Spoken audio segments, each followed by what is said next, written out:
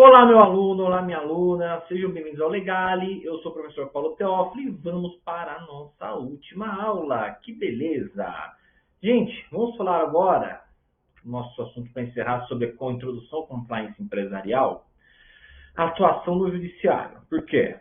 Além de nós fazermos o trabalho de planejamento, de enquadrar aquela empresa dentro da lei, nós somos advogados. E advogados atuam no judiciário quando necessário é. Nós vamos ver as situações nas quais nós vamos atuar no judiciário. Para começar, vamos prestar atenção aqui na avaliação de riscos e criação de estratégias. Porque quando tiver à frente uma possível carga judiciária, faz a avaliação dos riscos e cria estratégias junto com o empresário para saber qual direcionamento você vai tomar. Eu, geralmente, eu sento com o cliente e falo assim, ó, vamos traçar uma estratégia. Não, senhor, eu confio no senhor, está nas suas mãos. Que bom que você confia em mim. Se você não confiasse em mim, não precisava estar comigo também, né? Porque se você não confia em mim, a gente não tem como trabalhar juntos. Advocacia é confiança dupla. Eu tenho que confiar em você e você tem que confiar em mim. Agora, o bolso é seu. Então vamos conversar aqui para ver para fazer. O bolso não é meu. Eu tenho que ganhar o seu. Você tem que me pagar para fazer o meu serviço. Eu tenho que ganhar. Agora, o bolso é seu. Então vamos lá. Recebi uma ação de execução. Ok. Tem dinheiro para pagar esse valor? Essa dívida é devida? É devida, doutor. Tá, é devida a dívida. Beleza. Vamos lá. Que a gente pode fazer com essa dívida aqui? Você tem dinheiro para pagar? Não tenho, doutor. Tá. Eu posso minimizar o seu impacto pagando 30% à vista e fazendo o resto em 6 vezes. Certo? Vamos dividir a dívida em 7 parcelas. Não tenho, doutor, não tenho esse 30% para dar. Eu quero que o senhor faça um acordo. Você vai ouvir escutar isso. Eu quero que você faça um acordo. Ah, sim, eu posso fazer um acordo se a outra parte quiser, mas se a outra parte não quiser os termos do acordo, não tem acordo, você vai ter que pagar a dívida à vista.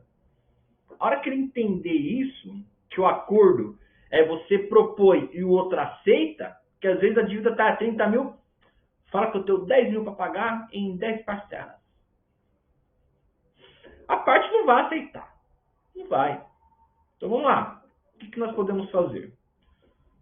Doutor, eu quero pagar essa dívida, só que eu não tenho esse dinheiro agora. Tá. O quanto você tem de dinheiro? Eu tenho uma parte aqui, X, não chega a dar 30%, tenho 20%, 25%. Uma dica, uma ideia. Eu vou tentar ganhar um tempo nesse processo aqui, tá? Vou achar algumas coisas aqui que estiverem erradas para tentar impugnar. E você coloca esse dinheiro numa aplicação CDB, que ele vai rendendo juros. O tempo que eu conseguir demorar esse processo, você resgata o dinheiro, pum, eu tenho para pagar à vista. Dá certo? A aplicação CDB rende bem. Rende bem. Você consegue fazer isso, o tempo que demorar, pum, você vai pagar à vista esse processo. Ou então, no mínimo, você vai ter dinheiro suficiente para dar os 30%. Isso daqui é uma ideia que às vezes a gente aplica dependendo do tipo de caso. Mas assim, veja, eu não estou agindo contra a lei, eu estou agindo dentro do que a lei manda eu fazer. E eu fiz a criação de uma estratégia dentro daquele processo. Porque é muito fácil você receber uma citação do processo e falar assim, você está errado, tem que pagar. Pronto, não tem defesa. Pô, parabéns, ele não usa de você. Ele não precisa de você para isso. Ele vai ligar para o credor e falar assim, vou pagar como? Não é assim que funciona. Você está sendo contratado para resolver a vida dele. Então, outra coisa. Eu espero que se você fez o planejamento dele, a hora que bateu o processo, aquilo estava dentro do planejamento dele. Então, por exemplo, chegou uma ação trabalhista. Ok. Chegou uma ação trabalhista. O que aconteceu? Esse funcionário aqui, ele era autônomo, ele está pedindo vínculo. Legal. Cadê o dossiê dele? Olha o dossiê. Vamos lá. Contrato de autônomo. Beleza. A frequência aqui, e-mails, WhatsApp trocado, que ele vinha quando ele dava na telha. Aqui, ó. Uma prova aqui que ele mandou o irmão dele trabalhar uma vez. A prova aqui de faturamento, que ele ganhando por comissão, pronto. Tenho tudo pronto para fazer a defesa e mostrar que ele era autônomo. Já estava dentro do meu planejamento. Já estava dentro do meu planejamento. Atenção, isso eu estou falando quando a coisa está dentro do meu planejamento. Professor, mas ele era um empregado. Então está fora do meu planejamento. Se ele está alegando fraude ao contrato de trabalho porque ele trabalhava todos os dias com subordinação, exclusividade e remuneração, Então está fora do meu planejamento. Eu fiz o planejamento, fiz tudo e não foi bem executado pelo empregado, pelo cliente, pelo empresário. Então, eu estou falando que está dentro do planejamento. Nesse caso, ele era, de fato, um autônomo, mas só que ele está tentando um vínculo. Ele achou um advogado, falou, não, vamos lutar porque é vínculo, isso ok. Ele foi, abraçou a causa e está brigando por vínculo. Tem bastante também. Então, você vai deixar o empresário dentro da lei e vai ter um dossiê, porque se acontecer alguma coisa, você já está certinho. Você vai avaliar o risco dele, vai dar todas as possibilidades para ele na atuação judiciária e vai falar, você escolhe agora qual que você quer, qual risco que você quer assumir. Política judiciária. Você tem que ter sempre a ideia de ressarcimento de danos ao cliente e ao meio ambiente.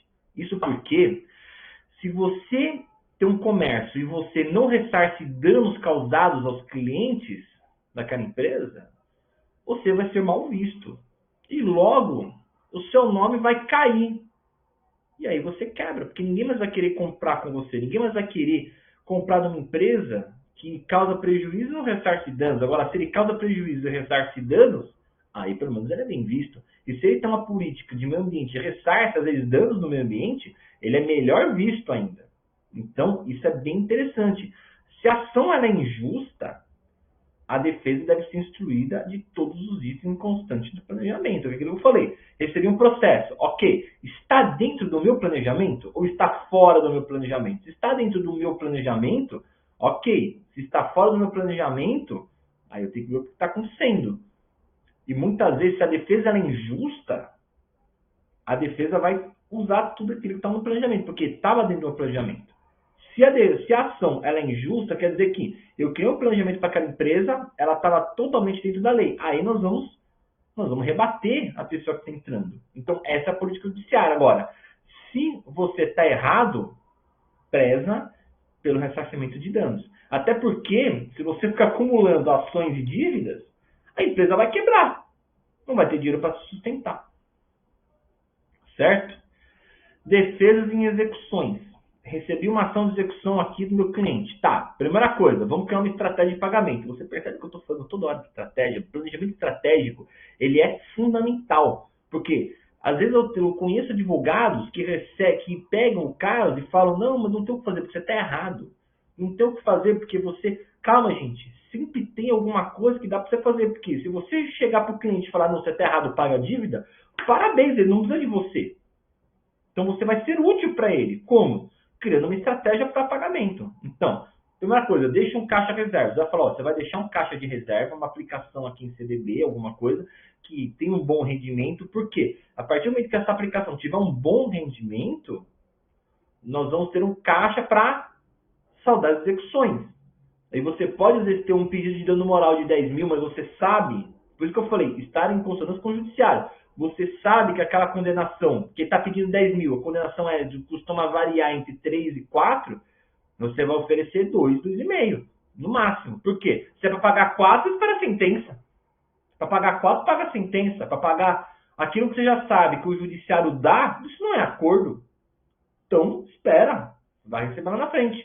Agora, se você quer um acordo, ó, eu vou te dar 2 agora. Então, você já está diminuindo 50% do prejuízo, porque você sabe que a condenação chega a 4. Você está dando 2, você está diminuindo 50% do risco da empresa, do prejuízo da empresa. E qual que é o acordo bom para o autor? Ele está recebendo agora. Coisa que se for para receber quarta, ele vai esperar o trânsito em julgado. Aqui ele já vai receber agora. Então, tem a forma de pagamento à vista para você poder fazer um acordo. Lembre-se, para você fazer um acordo, você tem que ter um poder de barganha. Se você não tiver um poder de barganha, você não vai ter como fazer acordo. Um acordo tem que ser bom para os dois, não só para um. Senão não é acordo. Então, deixe de julgar. Então, você vai deixar um caixa reserva justamente para dar indenizações. Aplicação financeira destinada a processos. E pode contratar também um seguro empresarial. É bem legal. Porque se o seu dano... Você pode fazer duas coisas, na verdade. Porque se o prejuízo que você tiver, ele estiver dentro da estimativa, da previsão do seguro, ok, você paga a franquia do seguro, cobra prejuízo empresarial, acabou. Às vezes é legal você aconselhar a pessoa a ter um seguro. Às vezes o seguro empresarial não é caro não, viu? O seguro empresarial aí, às vezes, não chega nem R$100 por mês. É barato. Só que o seguro tem franquia. Ah, por quê? Eu tenho seguro, não sou de advogado? Lógico que tem. O seguro tem franquia. E às vezes a franquia do seguro é alta. Agora, o valor que está muito abaixo da franquia do seguro, você pode ter um caixa reserva para você fazer essa forma de pagamento. E você está lá, advogado, para fazer essa intermediação, para fazer essa estratégia funcionar. Isso aqui é uma criação de estratégia. E você está lá para fazer essa estratégia funcionar. Advocacia ativa. Aqui entra também outra situação. Até agora eu falei situações que você vai defender a pessoa, mas só que no planejamento, não necessariamente você só vai defender, você também pode atacar. E é aqui que está um grande segredo, até de entrada para a sua empresa. Por quê? Às vezes você quer que o empresário tenha alguma ação para você defender, mas ele não tem. Então você vai se utilizar da advocacia ativa. Você vai cobrar dívidas. Vai cobrar aquelas pessoas que têm o pagamento, que fizeram o boleto, aquelas outras empresas fizeram o boleto e não pagaram. Então você vai usar o quê? Ações de cobrança, ações de execução, indenizações pela má exposição do nome da empresa. Sabe quando você tem aquela pessoa que foi na empresa, passou no atendimento, não gostou e fez questão de postar num grupo de Facebook para todo mundo saber que ela não gostou do atendimento? Então, ele expôs de má fé o nome da empresa, de uma forma que não era necessária. Ele está queimando o nome da empresa. Aqui cabe uma ação de indenização contra a empresa e contra até a rede social que ele fez na exposição, viu? Cabe ação contra os dois. Defesa do nome empresarial, se for inscrito no NPI. E se ele não é inscrito no NPI? Inscreva. Faz o registro da marca dele. E se alguém está usando alguma coisa parecida com a marca dele, com o nome dele, você faz a defesa do nome empresarial. E ações de consignação, porque às vezes ele está devedor e o credor dele não quer receber, está fazendo frescura para receber. Até mesmo quando esse credor é o governo. Pensa assim, ele está com uma dívida de IPTU no imóvel dele. Ok, dívida de IPTU. Aí ele quer pagar esse IPTU. Só que ele já está uns 4 anos atrasado. Ele quer pagar o IPTU. Vai começar a pagar. Só que ele vai pagar primeiro os mais antigos. Aí o município chega e fala assim, não, você não vai pagar os mais antigos. Você só pode pagar tudo. A gente não aceita os mais antigos. Peraí, amigo. Eu quero pagar. E eu estou pagando com juros e tudo. Por que você não quer saber? Pega a negativa da prefeitura, entra com uma ação de consignação de crédito tributário. Porque aqui, o município não pode se excusar de receber um crédito tributário por outro. Está no CTN. Isso está previsto no CTN. Ou então, um crédito bancário que vai ser inadimplência, vai entrar como inadimplência. Antes de entrar em inadimplência, você pega, pum, e já consigna, por alguma razão. E aqui você evita a inadimplência. Então, a advocacia ativa, gente, ele é muito bom para isso. E para finalizar, utilização do sejusc e arbitragem. Ele demonstra boa-fé e diminui a judicialização. E os contratos podem prever cláusulas de arbitragem. Então, assim, você pode ter um contrato de fornecedor de compra e venda dizendo que você já elege um juiz arbitral e que qualquer demanda vai ser submetida ao juiz arbitral. Pronto, acabou. Você já resolveu um grande problema, porque a sentença arbitral, quando ela vai ocorrer, é um título executivo. Você pula toda aquela parte da ação de conhecimento, que às vezes vai demorar muito e vai afogar o judiciário. Então você já se utiliza de um tribunal arbitral para você conseguir solucionar alguns problemas. Ou então sejusc, se alguma situação que você sabe que é possível ter um acordo, para que você vai ficar entrando só com o processo? Utilize o sejusc, porque se ele descumprir o acordo, já é título executivo. Então o sejusc, ele vai ser muito prático para essas coisas. E você evita a judicialização também para a exposição do nome da empresa. Beleza, gente? Então é isso. Espero, do fundo do meu coração, que você tenha gostado, que esse curso tenha te auxiliado a que você começar a poder oferecer compliance às empresas. Eu acho que é um ramo bem lucrativo. É um pouco difícil de você entrar, porque as empresas vão dizer que não precisam, que não tem necessidade, mas você tendo essa noção dos tipos de sociedade, como que você faz planejamento, advocacia ativa, dentro disso você tem ramo para poder entrar na empresa e mostrar e falar, olha, você precisa e eu tô aqui, eu sou a sua solução. Beleza, galera? Um abraço a todos e boa sorte.